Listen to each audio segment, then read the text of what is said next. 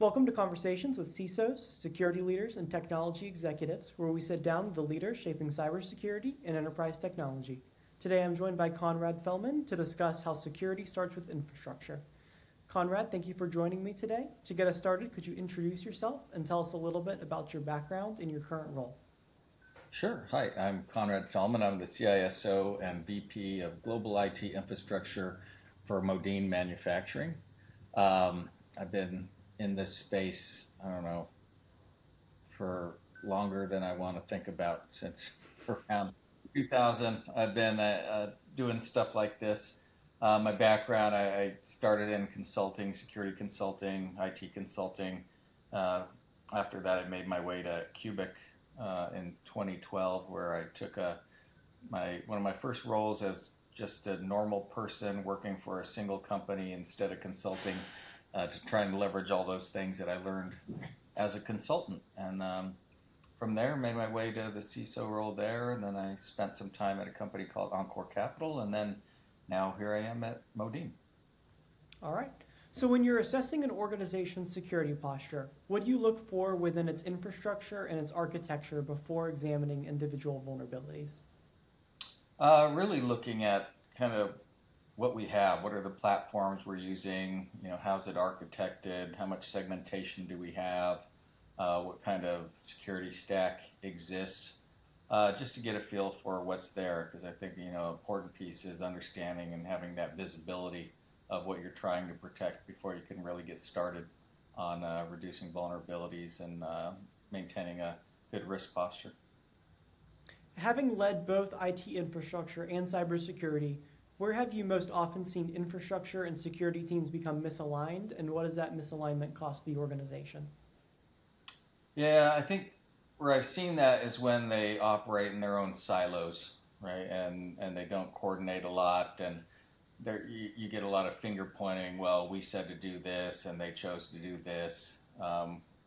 Which is why I kind of love the role that I'm in, where I get to manage both IT infrastructure and security. So no arguments because everybody gets to be on the same sheet of music with what we're doing.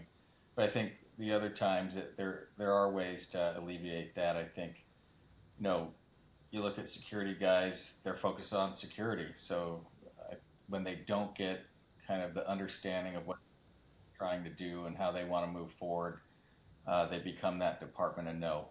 And Mhm. IT is always focused on, well, we got to keep this stuff up and running, or we're going to get in trouble with our SLAs. And when you guys tell me to do and fix all this stuff, it causes downtime. So um, you just got to get everybody on the same page to understand we're all working for the same goal, and the only reason either of us exist is because the business is trying to go out there and do something and sell our products or drive revenue and growth and everything else. So it's getting the teams aligned with what's important, why they exist, and that we're all part of the business and we need to all be there to help the business move forward. So, speaking of that alignment, at Cubic, you helped bring IT infrastructure and cybersecurity into closer alignment, which reduced vulnerability mitigation time and achieved a point where 95% of systems had no critical vulnerabilities that were more than 30 days old. What operational changes did you make that made that improvement possible? And I think a big one was I started as the CISO, and then I was given IT infrastructure a little bit after that. So I got to do both, and that's where we got to really get that alignment. So really pulling both sides of the house into the same meetings, like the same stand-up calls every week to talk about what we're doing, help prioritize what need to be done. So I think when you get people collaborating more closely and give them that why, it helps you drive progress a lot faster. So, what was creating the biggest delays before the changes that you implemented were made? Again, it goes back to those silos, right? Security always, hey, they don't want to do this, they don't want to do that, and you see it in a lot of organizations where, you know, every place I go and I try and pull security out of that mindset of saying no to everything, right? Everything's a risk, everything's a critical priority. We're going to have a massive breach if we don't do this or that, right? That's not the case. You got to be a bit pragmatic about it and understand why you exist and what you're trying to do, right? We're not there just to stop every bad thing from happening. we're there to allow the business to innovate and move forward and do what they need to do. And we need to be cognizant of that as we do our jobs, so that we understand and could better talk about things from a risk perspective and say, that's cool if you want to do that, but understand this is what the potential risks are. I'm not going to stop you, but let's do this with everybody having the right understanding of what the possibilities and potential consequences are. And how do you maintain accountability between infrastructure and security teams without creating additional friction? Yeah, I think it's having common metrics that we can all work towards together, right? So, not metrics that help shift blame or put different people under the gun or highlight this guy's not doing his job, but just metrics that make sense, right? Outcome driven metrics that you could look at. We're trying to achieve this goal of improving our security posture as a whole. So here's what it takes for everyone to do that. And this is a shared goal, not just a security's goal or not just IT's goal, but say this goes with to everybody's performance review, right? Everyone's going to be measured on that. So when you can get everyone working towards that same goal and working towards those same metrics and driving those numbers that right way, I think you get a lot more cooperation and buy-in from everybody that's involved. So what are some of your favorite outcome metrics to use when trying to align security and infrastructure?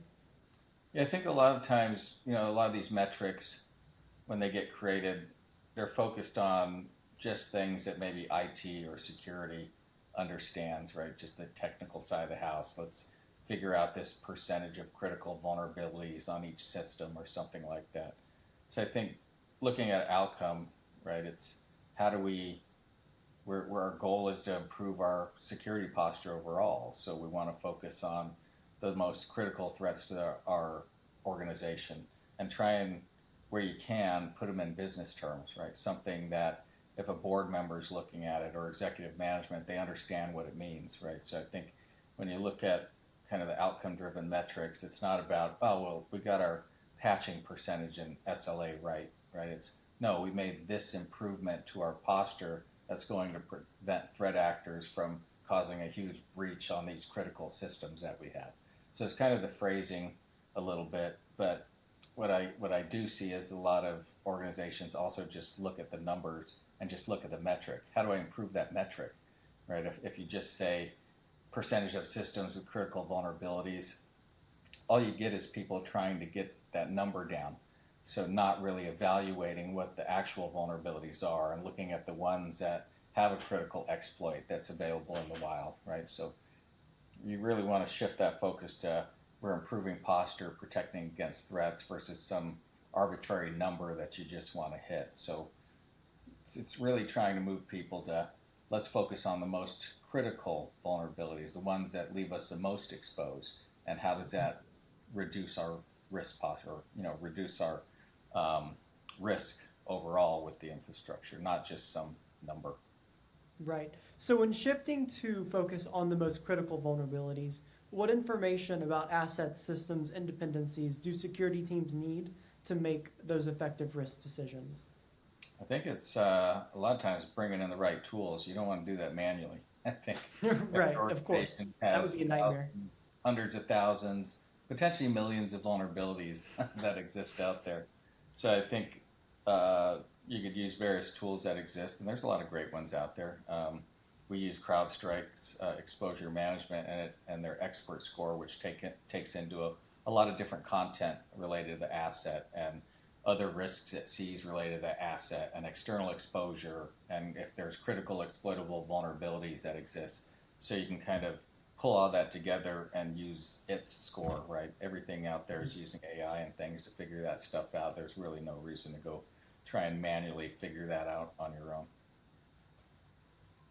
So shifting a little bit to more of the architectural decisions that affect security, what type of architectural decisions, such as segmentation, identity design, cloud configuration, etc., how did they determine the impact that a vulnerability could have?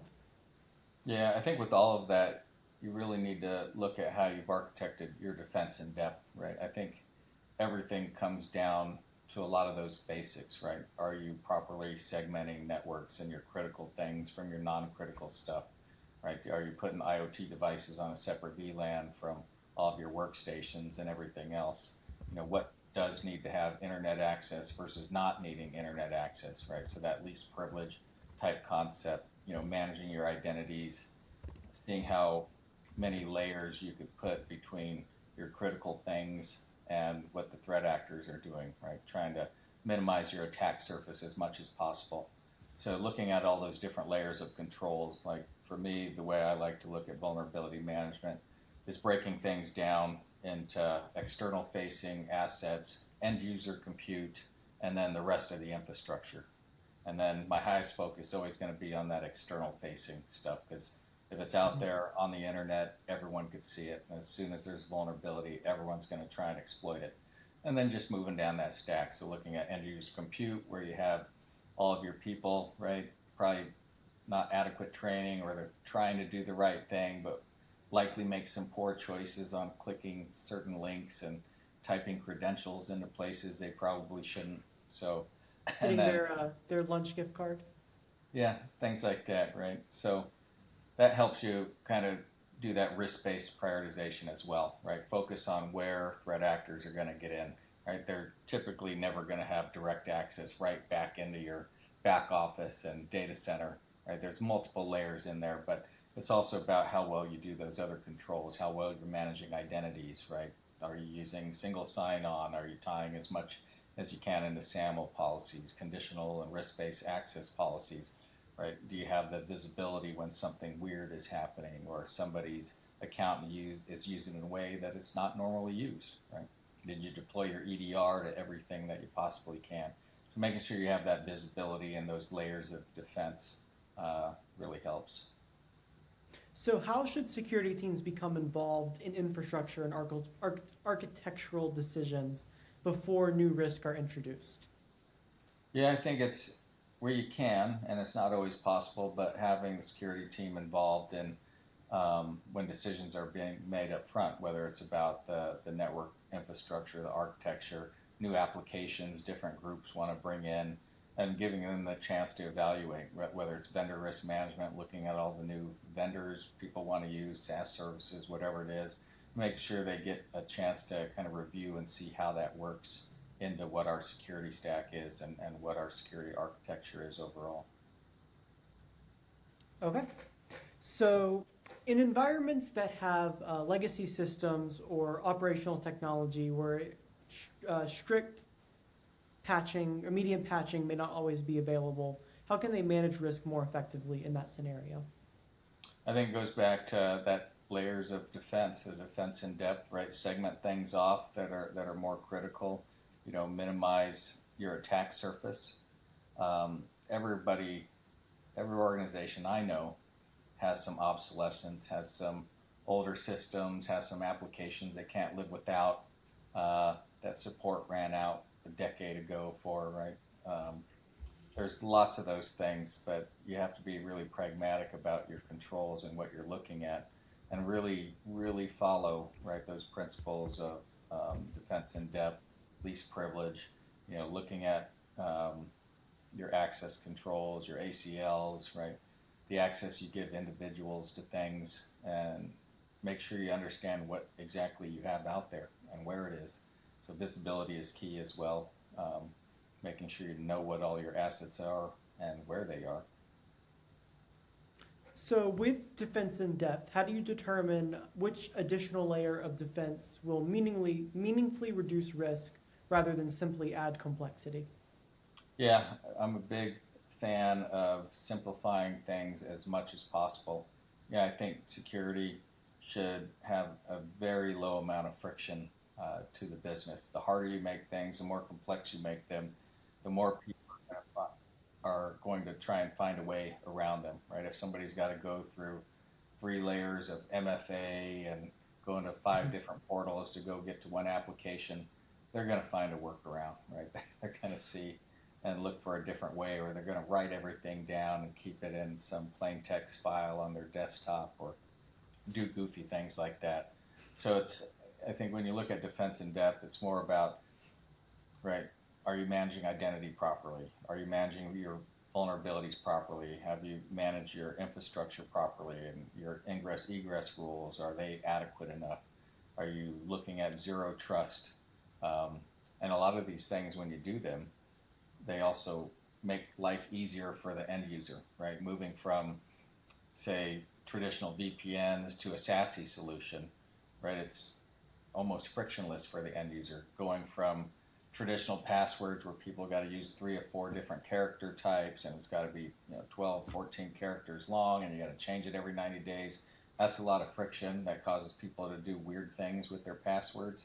That causes a lot of reuse, writing down, putting them in places they shouldn't be.